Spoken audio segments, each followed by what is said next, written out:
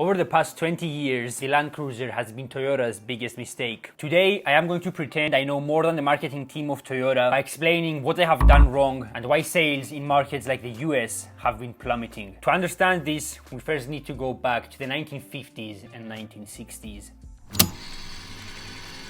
In 1951, Toyota produced the BJ for use by the National Police Reserve. It had four-wheel drive and a 3.4-liter six-cylinder engine. Although the Toyota was more powerful, the Police Reserve chose to use the Mitsubishi Jeep, a licensed version of the original American Willys Jeep. Toyota states that this happened due to the Jeep's extensive track record. Since the BJ didn't work as a service vehicle, in 1953 it was converted for civilian use and sold to the public. As the years progressed and during the rise of Japan, the BJ became the BJ20, then the FJ40, 50, 60, 80, and then, well, it all fell apart.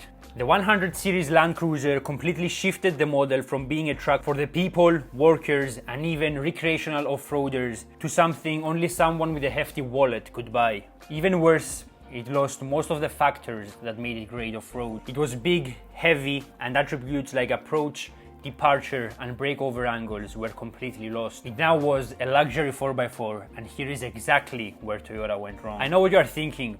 Here's another hardcore off-roader who wants his solid axles back. Actually not. I think I have a point here. This is an issue of social image. People who have the funds to buy a $100,000 SUV will usually go for a Range Rover, Mercedes, BMW, or even a Rolls-Royce or Bentley. That's because these brands showcase a certain image. They have the Rolls-Royce badge or the Range Rover badge, and that makes people feel good. Those who buy SUVs in this price range do not want their car to say Toyota on it. That is just the way humans work. The purpose the Land Cruiser nameplate serves does not fit the market it is sold in. This is why the Jeep Wrangler or the old Defender do so well.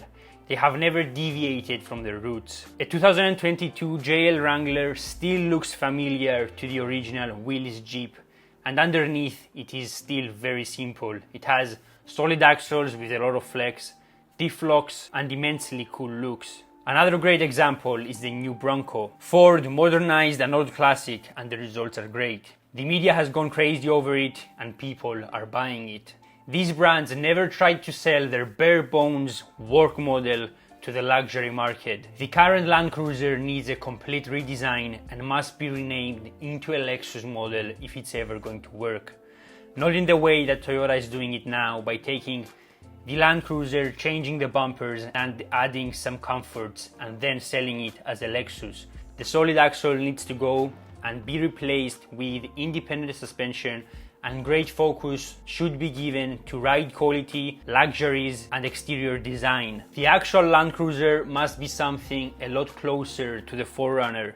However, if it's going to compete with the Jeep in markets like America, it will need a solid front axle, larger tires, diff locks both front and rear, or if Toyota does not give it a solid axle, at least a clever independent suspension system like the one on the Bronco, which enables decent wheel travel, will be a good option. Granted, it won't be as strong, but it will still provide the abilities someone expects from a Land Cruiser. You may be aware that the Land Cruiser still sells well in markets like Australia and Africa. However, those areas get the bare bones 70 series Land Cruiser, which has nothing to do with the model the Western world receives. It has two solid axles, two diff locks, and the interior is as simple as modern day interiors can get.